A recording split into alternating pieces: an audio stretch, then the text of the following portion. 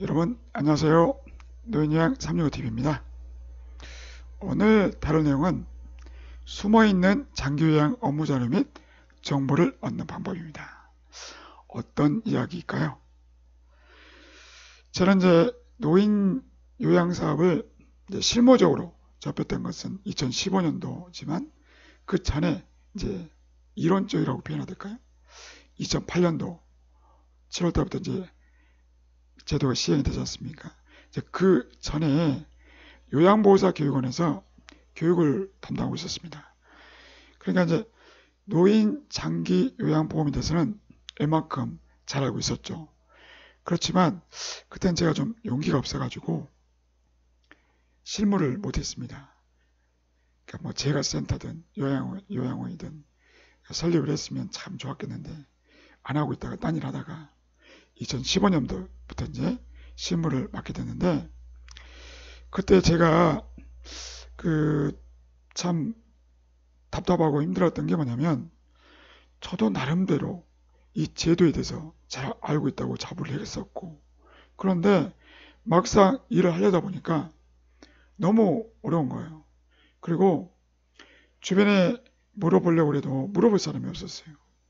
요즘 같으면야 유튜브도 있고 또 책도 있습니다. 물론 그 책은 제가 썼습니다만은 책도 있고 또 블로그도 있고, 그러니까 다양한 루트를 통해서 많은 자료를 얻을 수가 있어요. 실무적으로 도움될 수 있는.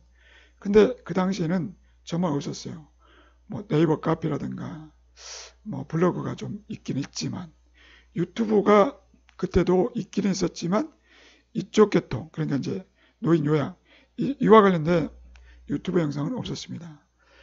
그러다 보니까 처음 업무를 접하는 사람들은 정말 막막할 수밖에 없어요. 그래서 그 전부터 해왔던 사람들에게 물어서 업무를 배워야 되는, 또 스스로가 부딪혀가면서 배워야 되는 그런 상황이었었죠. 지금 참 많이 좋아진 것 같습니다. 이런 유튜브도 여러 채널도 있고, 그래서 컨설팅 업체도 별로 없었고, 그래서 제가 느낀 게, 와, 정말 이쪽 바닥은 너무 힘들다. 알아야 될 것은 많은데 알려주는 사람도 없고 참고할 만한 교재도 별로 없고, 그때 제가 느꼈죠. 책을 써야 되겠다. 이렇게 처음에 사업을 시작한 사람들에게 이 막막한 가운데서 어느 정도 갈 길을 제시해주는 그런 책이 필요하지 않겠나 생각해서 썼습니다. 책도 썼고 설립편, 운영편. 그렇게 보면은 저는 좀 일찍 시작을 한 편이긴 해요. 그러나 유튜브는 좀 늦게 시작했습니다. 제가 채널을 개설하고 보니까 여기저기 많이 생겼더라고요. 하여튼 그건 그렇고, 처음 이쪽 사업을 하시는 분들 입장에서는 유튜브도 있고 책도 있고 많은 자료가 있지만, 체계적으로 스스로가 공부해서 얻은 자료라고 하기보다는 이렇게 표현해서 뭐하지만 약간의 주먹구구식으로 접하는 것들이 좀 있을 거예요. 뭐냐면 업무에 대해서 하나부터 열까지, 그러니까 1부터 10까지 차근차근 배울 수 있는 여건이 아니라는 것이죠. 유튜브를 보더라도 마찬가지입니다. 그냥 유튜브를 그러니까 유튜버가 제공하는 자료를 그냥 수동적으로 들을 수밖에 없는 그런 상황이 되는 것입니다. 그래서 제가 고민을 하다가, 어떻게 보면은 밥을 해서 드리는 것보다 밥을 하는 방법을 알려드리는 것도 필요하지 않겠나, 그런 생각을 했습니다. 그래서 오늘 뭘 하겠다는 것이냐, 제가 책도 쓰고 유튜브도 하고 그러려면 뭔가 자료를 참고하겠죠. 어떤 정보가 있을 겁니다. 그러면 그런 정보, 자료는 어디서 온 것일까? 저뿐만 아니라 유튜브를 하고 있는 다른 이런 유튜버들도 과연 어디서 정보를 가져오는 것일까? 한 번쯤 궁금하지 않으셨습니까? 오늘은 그런 정보, 자료에 접근하는 방법, 그 자료를 활용하는 방법에 대해서 살펴볼까 합니다. 즉 말해서 물고기 잡는 법을 알려드리겠다. 그런 의미라고 보시면 되겠습니다. 서두가 너무 길었습니다. 가장 먼저 여러분들이 관심을 가져야 되는 게 바로 이겁니다. 홈페이지예요. 홈페이지. 노인장기 요양보 홈페이지 보시면은 제도 개요부터 시작해서 정말 많은 자료가 있어요. 또 뭐 장기요양 인정 신청부터, 그리고 이제 여기서 여러분들이 그 자주 들어가게 될 메뉴는 뭐냐? 바로 자료실입니다. 자료실. 하여튼 이 홈페이지를 자주 보시고 거의 마스터를 하셔야 된다고 저는 봅니다. 홈페이지는 가장 기본 중에 기본적인 내용들을 담고 있기 때문이죠. 그럼 이제 그 자료실에서 우리가 이제 뭘 얻을 수가 있느냐? 바로 이겁니다. 자료실에 들어가 보면 서식 자료가 있고 법령 자료, 전문 자료, 통계 자료 등이 있어요. 근데 이 중에서 이제 그 시설장이나 사회복지사들이 가장 자주 들어가는 자료실은 바로 서식 자료실과 법령 자료실인데, 그 중에서도 법령 자료실. 법령 자료실에 각종 규정, 법령, 규칙 이런 것들이 많이 있는데 뭐 다 열심히 보진 않아요. 근데 그 중에서 반드시 봐야 되는 게 있습니다. 너무나 중요한 게 있어요. 바로 이겁니다. 장기요양급여 제공 기준 및 급여 비용 산정 방법 등에 관한 고시, 이겁니다. 어떻게 보면은 노인복지법, 또 노인장기 요양보험법 이런 법보다 이 고시를 더 많이 보게 될 겁니다. 왜냐하면 업무와 관련된 실체적인 내용들이 다 있어요. 그러니까 지침, 규칙, 기준이 바로 이겁니다. 그러니까 여러분들 이 고시를 자주 보셔야 돼요. 프린트를 하셔가지고 출제하면서 공부를 하셔야 될 겁니다. 그 다음에 그렇게 하면 머릿속에 다 기억에 남느냐? 또 그렇지도 않아요. 저 같아도 다 기억하고 있지 않습니다. 워낙에 양이 많아요. 많기도 하고 필요할 때마다 이제 펼쳐보기 때문에 이제 잘만 표시해 두시면 될 것 같아요. 하여튼 이 고시, 그리고 이제 세부사항, 제가 샘플을 올린 줄 알았더니 샘플은 없는 것 같습니다. 하여튼 이걸 다운 받으셔서 자주 보셔야 된다. 그리고 또 하나가 이제 뭐가 있냐면 장기요양 본인부담금 감경에 대한 고시가 있습니다. 제가 이제 이 감경에 대한 컨텐츠를 개발하려고 딱 봤는데 홈페이지에 너무 자세히 나와 있는 거예요. 그래서 홈페이지만 보셔도 되겠다 싶어서 별도로 이제 영상을 제작을 안 했는데요. 그렇다 손치더라도 여러분들 이 감경에 관한 고시를 일단 다운 받으세요. 그리고 한번 보시기 바랍니다. 감경이 뭐냐면 수급자들의 그 본인 부담금이 있죠. 요양원이든 아니면 재가센터든 그 본인 부담금을 경감을 시켜주는 것입니다. 그러니까 요양원 같으면 20%죠. 또 재가 쪽 같으면 15%죠. 그런데 국민기초생활보장법의 기초생활수급권자, 이분들은 또 의료급여법에 적용받습니다. 그러니까 의료급여 수급자가 돼서 사실상 본인 부담금을 내지 않습니다. 그렇지만 중간쯤에 껴있는 사람도 있어요. 차상위 계층이라고 그러죠. 애매모호하게. 그분들은 감경 대상이 됩니다. 뭐 60% 또는 40% 이렇게 감경이 돼요. 본인 부담금이. 과거에는 제가 한참 이제 2015년도 그때 당시는 50%만 있었어요. 그러나 요즘은 40%, 60%처럼 세분화됐습니다. 그 내용이 바로 이 장기요양 본인부담금 감경에 관한 고시입니다. 내용이 그렇게 많지는 않기 때문에 한번 쭉 읽어보시면 좋을 것 같습니다. 그리고 이번에는 이제 서식 자료실에 들어가 보겠습니다. 서식 자료실. 많은 서식이 있어요. 그런데 그 중에서 가장 중요한 게 뭐냐? 바로 이겁니다. 장기 요양 기간 운영 관련 서식 모음집. 이거 다운을 받으세요. 그러면 수십 가지가 있거든요. 실질적으로 일할 때 필요한 것들입니다. 일단 다운 받으셔가지고 필요할 때 쓰시면 됩니다. 이것도 이제 사실 이제 뭐 법령 자료실과 서식 자료실에도 이거 외에도 많이 있어요. 많이 있지만 저는 이제 오늘 시간에 기본 중에 기본만 알려드리는 것입니다. 자, 그리고 여러분들 그 법을 아셔야 되는데, 법 중에서도 가장 중요한 게 뭐겠습니까? 노인장기 요양보험법, 그리고 노인복지법. 그런데 그러면 이 법을 다 통째로 외우고 있어야 되냐? 그렇지 않습니다. 그러면 저는 내용을 다 알고 있느냐? 그렇지 않습니다. 예, 다 모릅니다. 일부의 일부도 모릅니다. 예, 사실은. 근데 이제 이 중에서요, 노인복지법, 다음에 시행령, 시행규칙 있죠. 여기 보시면 또 노인장기 요양보험법, 또 시행령, 시행규칙 있죠. 여러분들이 일을 할 때 필요한 내용은 어디 있을까요? 시행규칙이 있습니다. 시행규칙. 그 시행규칙을 들어가 보시면 이렇게 이제 시행규칙이라고 나오죠. 여기도 시행규칙. 가장 최신 자료들입니다. 네이버에서 검색하시는 게 가장 편해요. 근데 그 앞에 있는 내용들도 사실은 자주 볼 필요도 없어요. 가장 중요한 건 뭐냐? 가장 아래쪽 하단에 보면 이처럼 별표 또는 별지와 같은 양식이 있어요. 이게 중요합니다. 제가 노인장기 요양보험 설치와 관련된 그런 영상을 올릴 때 특히 제가 강조를 했죠.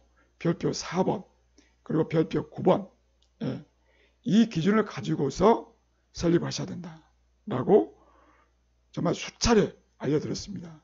그게 바로 노인복지법 시행규칙입니다. 그렇다면 노인장기 요양보험법 시행규칙은 필요 없냐? 아닙니다. 엄청 필요한 내용이 많습니다. 여기에 다 담지도 못했어요. 양식이 엄청 많습니다. 예. 보시면 뭐 가장 기본이 되는 일지 양식은 그냥 쓰는 게 아니에요. 법에 나와 있는 양식을 쓰셔야 돼요. 이것도 제가 다 설명을 드릴 기회가 있을 것입니다.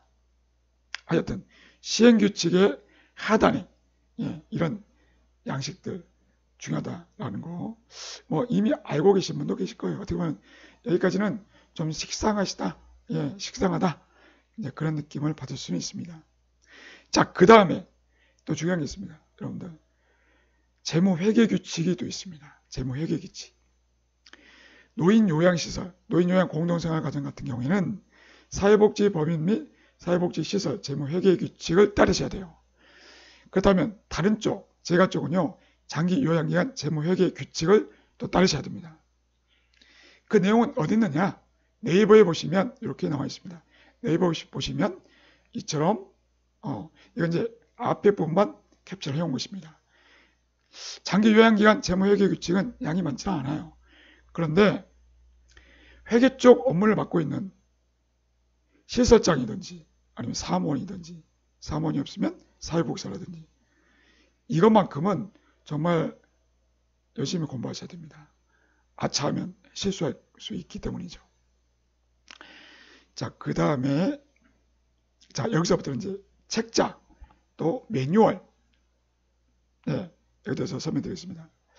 저는 이제 이 책을 정말 여러분들이 꼭 보셨으면 합니다.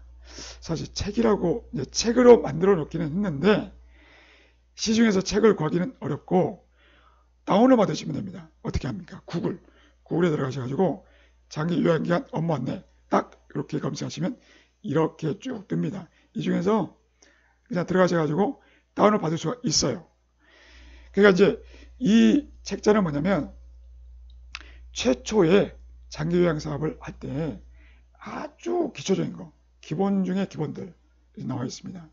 근데 이제 좀 아쉬운 게 있다면 좀 친절하게 좀 부연 설명을 좀 해주면 좋겠는데 그게 아니고 그냥 딱딱 끊어져 있어서 이게 무슨 의미입니까? 다소 어려울 수도 있어요. 그래도 이것은 정말 기본 중에 기본이에요. 다운 받아 놓으셔야 됩니다. 아셨죠? 자, 그 다음에 노인장기 요양 사업을 할 때 노인 요양시설, 노인요양 공동생활가정 이쪽은 뭐라고 그랬습니까? 제가 노인 의료복지시설이라고 그랬죠. 그 다음에 방문요양, 방문목욕, 방문간호, 조회간보, 단기보호 이쪽은 제가 노인복지시설이라고 설명드리지 않습니까? 바로 이제 이에 대한 설립부터 운영에 대한 아주 기본적인 이해를 돕는 그런 책자가 있어요. 그게 바로 노인보건복지 사업 안내 1권과 2권이 있는데 여러분들 1권만 보시면 됩니다. 1권에 보시면 이렇게 나와 있습니다. 다른 뭐 노인 주거복지 이런 것들은 보실 필요가 없다. 물론 이제 이건 보는 게 필요가 있죠. 노인장기 요양보험제도. 기본적인 이해를 위해서는 사실은 저는 이 책이 더 좋을 것 같아요. 앞서 설명드렸던 장기 요양기간 업무 안내, 이것은 정말 업무적인 부분들 위주로 나와 있다면 이 책자도 업무에 관한 내용이긴 해요. 그렇지만 좀 더 포괄적으로 이해하는 데 도움이 됩니다. 다운받아 놓으시면 됩니다. 양이 엄청나게 많습니다. 참고하시기 바랍니다. 필요한 부분만 보시면 되죠. 자, 그 다음에 또 여러분들이 다운받아서 가끔씩 보셔야 될 게 있습니다. 사회복지시설 관리 안내라는 책자가 있습니다. 이 책은 장기 요양기간만 해당되는 게 아니에요. 사회복지시설은 다 해당됩니다. 모두 다 해당돼요.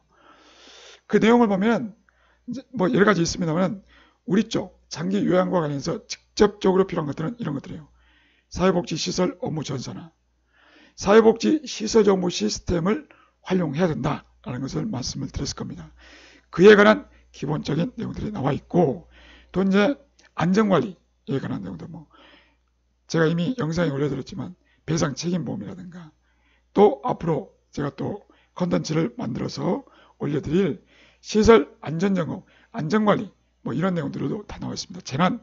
재난 상황에 대해서 어떻게 직원들을 교육하고 또 재난 훈련은 어떻게 하고, 그런 내용들이 기본적인 내용들이 나와 있다. 이것도 역시나 반드시 보시게 될 겁니다. 다 다운받을 수가 있어요. 이렇게 구글에서 하시면 됩니다. 자, 그 다음에 또 이런 게 있습니다. 시설급여 제공 매뉴얼이라는 게 있어요. 이건 뭐냐?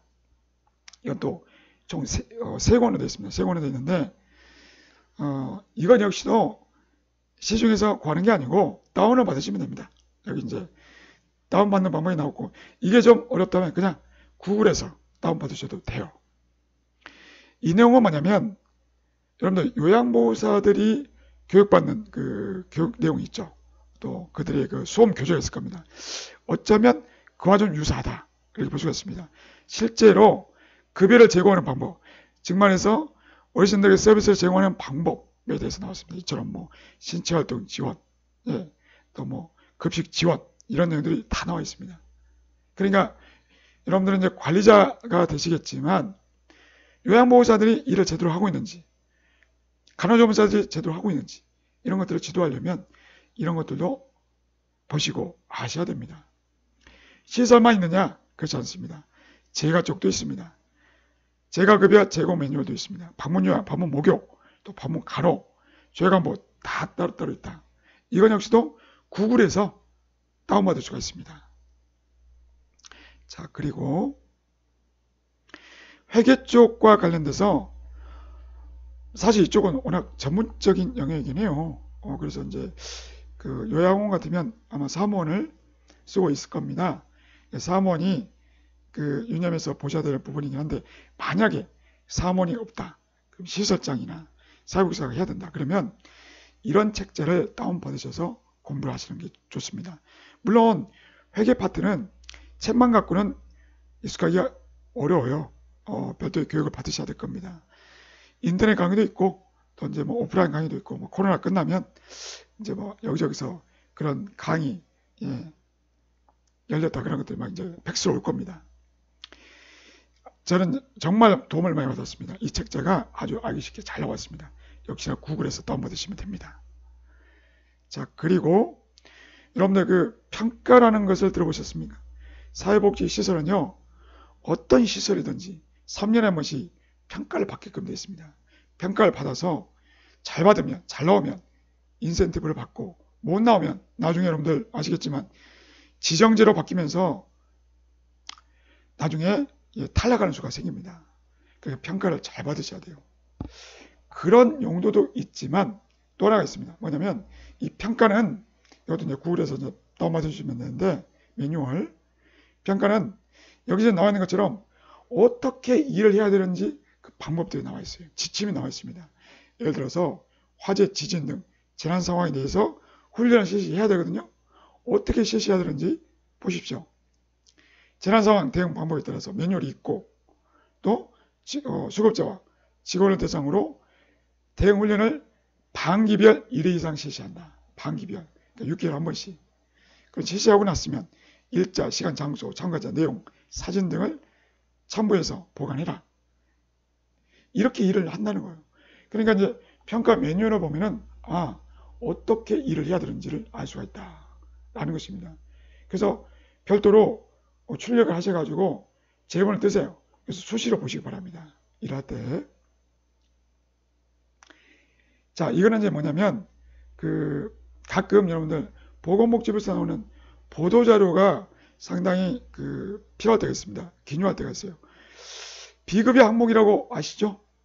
상급 짐실료라든가 식비, 임용비 이런 것들인데 이런 이제 비급여 항목에 대해서 어떤 것이 있고 또 어떻게 일 처리를 해야 되고 하는지에 대한 지침이 없어요. 별로 없어요. 그래서 제가 이제 헤매다 이제 겨우 2가지를 찾았는데 가장 초창기에 나왔던 게 있습니다. 2008년도 6월달에 나온 게 있어요. 근데 크게 다르지 않아요. 다르지 않고 오른쪽에 있는 것은 이제 보도자료로 나온 게 있는데 이건 아마 2012년도 것일 겁니다. 그러니까 2개 다 오래된 자료예요. 그러나 현재에도 내용이 달라진 게 없어요. 그러니까 이것도 그냥 구글에서 검색해서 다운받으시면 됩니다. 비급여에 대해서 궁금하고 알고 싶다 그러면 이거 보시면 됩니다. 저도 이제 비급여에 대해서 한번 영상을 만들까 했는데 상황 봐서 고려를 하도록 하겠습니다. 자, 이번에는 노인장기 요양견들은 요양원이 됐던 제가 센터가 됐던 이 시스템을 써야 됩니다. 사회복지 시설정보 시스템. 이 시스템은 전국에 있는 모든 사회복지 시설들은 의무적으로 써야 돼요. 의무적으로. 그러니까 방법을 알아야겠죠. 알아야 됩니다. 만약에 여러분들이 시설장이지만 그냥 일만 시키는 말로 일하시는 분들이라면 할 말은 없지만 실질적으로 일을 해야 된다. 그러면 익히셔야 돼요. 익히는 방법 총 3가지가 있습니다. 첫째, 교육용 교재를 다운받으십시오. 그리고 수시로 공부하시면 되는데 자, 이렇게 생겼어요. 전산 프로그램이기 때문에 매뉴얼처럼 이렇게 안내가 됐습니다. 그러니까 순서대로 1번, 2번, 3번, 4번, 5번 이런 순서대로 일 처리해라 라고 나와 있습니다. 저는 이 교육교재를 갖고서 공부를 했거든요. 그렇게 일을 했어요. 그러나 어려웠어요. 어려웠습니다. 잘 모르겠더라고요. 그래서 2번째 방법 뭐냐, 사회복지시설정보 시스템 홈페이지에서 인터넷 교육이 있어요. 비대면 교육이 있습니다. 그것을 받던가 아니면 급할 때는요, 막 일할 때 일을 처리하다가 안 되면 정말 답답하잖아요. 시간 없고. 그럴 땐 그냥 전화해서 물어보면 됩니다. 전화해서. 바로 여기 사회복지 시설정보 시스템이 좋은 게 뭐냐? 바로 한국사회보장정보원에 전화를 하면 상담원들이 친절하게, 아주 친절하게 설명을 다 해줍니다. 그러면서 저는 배웠어요. 단점이 있다면 전화 연결에 좀 시간이 오래 걸립니다. 잘 안 돼요. 그래서 일찌감치 익히시는 게 좋다. 자, 그리고 이번에는 2번째 시스템, 장기요양 정보 시스템이 있어요. 이것은 이제 건강보험공단 쪽과 업무를 할 때 필요한 교재 시스템인데 이와 관련된 교재도 다 나와 있어요. 사실 여기에 지금 2개만 올려놨는데 장기요양 급여비용 청구할 때, 그리고 이제 장기요양 급여 계약 통보, 즉 말해서 계약하는 겁니다. 계약.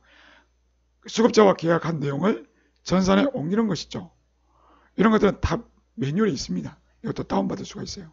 이것 말고도 장기요양 정보 시스템에 관한 그런 교육 규제는 다 나와 있기 때문에 참고하시면 되는데 이건 역시도 처음부터 책만 보고 마스터하기 어렵습니다.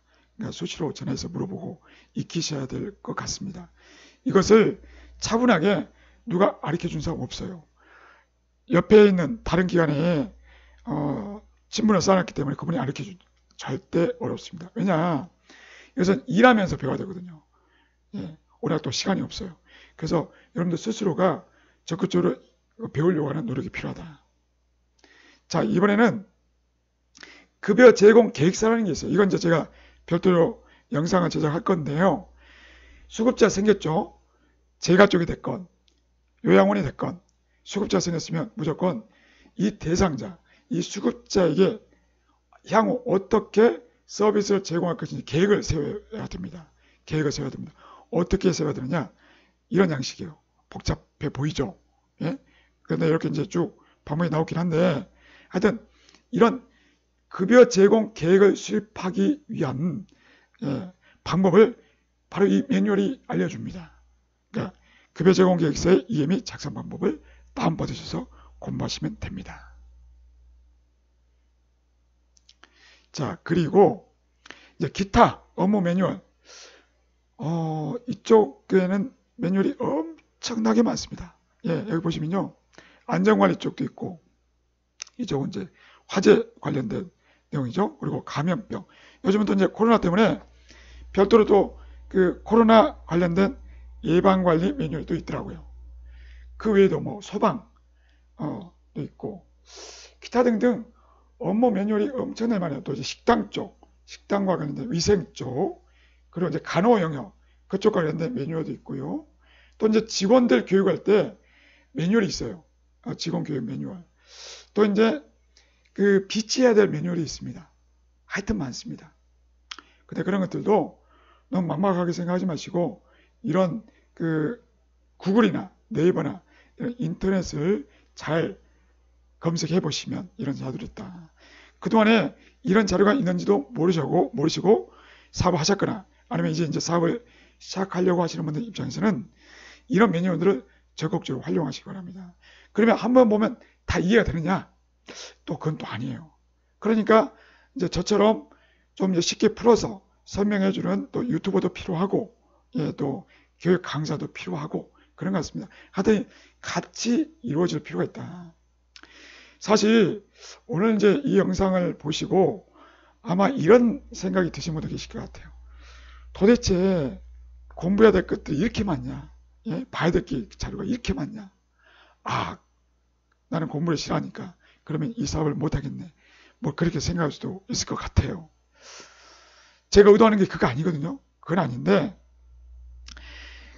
저도 이렇게 이제 매뉴얼에 대해서 쭉 설명해 드렸습니다. 그 매뉴얼 내용은 제가 다 머릿속에 담고 있느냐? 그렇지 않습니다. 저는 다만 매뉴얼이 어디서 어떻게 찾고 어떤 게 있으며 필요할 때 어떻게 찾아서 응용하는 방법을 알 뿐이에요. 여러분들도 저처럼 이런 매뉴얼, 책자, 예? 관련된 자료를 정말 필요할 때 찾아서 써먹을 수 있어야 되지 않겠습니까? 그러니까 누군가가 알려주는 단편적인 지식, 단편적인 정보 그런 것들에 의존해서 수동적으로 일을 하시기보다는 좀 적극적으로 이런 것들은 이제 인터넷에서 다운받으셔가지고 공부해 가시면서 일을 하시면 금방 발전이 있을 거예요. 여러모로 도움이 될 겁니다. 그래서 어떻게 보면은 이 장기 요양 이쪽은 정말 공부를 많이 해야 되는 분야인 건 사실이에요. 그러나 저는 장기 요양만 한 게 아니고 노인복지관 이제 관장도 해봤고 또 종합사회복지관에서도 이제 일을 해봤고 법인도 만들어보고 현재는 이제 비영리 민간단체도 만들었고 협동조합도 지금 이제 준비를 좀 하고 있습니다. 그러니까 많이 해봤어요. 사회복지 관해서만큼은. 그런데 제가 자신있게 말씀드릴 수 있는 게 뭐냐. 장기 요양 쪽 분야만큼 이렇게 친절하게 많은 자료들을 만들어주고 활용할 수 있게 하는 분야는 없습니다. 정말입니다. 여러분들. 하다못해 복지관에 있는 사회복지사들도 처음부터 뭘 어떻게 일을 배워야 될지를 몰라요. 예? 그러니까 약간 도제식으로 슈퍼바이저가 알려주는 것만 배우는 정도. 그러니까 더디죠. 그러나 장기요양은 얼마 좋습니까? 이런 책자들이 인터넷에서 쉽게 구할 수 있고 스스로 공부할 수 있고 공부하다 막히면 물어볼 수 있고 공부하다 막히면 유튜브를 볼 수도 있고 이런 식으로 공부를 하시면 금방 발전을 할 수가 있다라고 볼 수가 있겠습니다. 글쎄요, 오늘 영상이 도움이 되신 분도 있고 뭐 이미 알고 있는 분도 계실 겁니다. 여하튼 저는 이제 오늘 영상을 통해서 여러분들 좀 더 능동적으로 업무를 익히시고 활용했으면 하는 마음에 영상을 만들어 봤습니다. 감사합니다.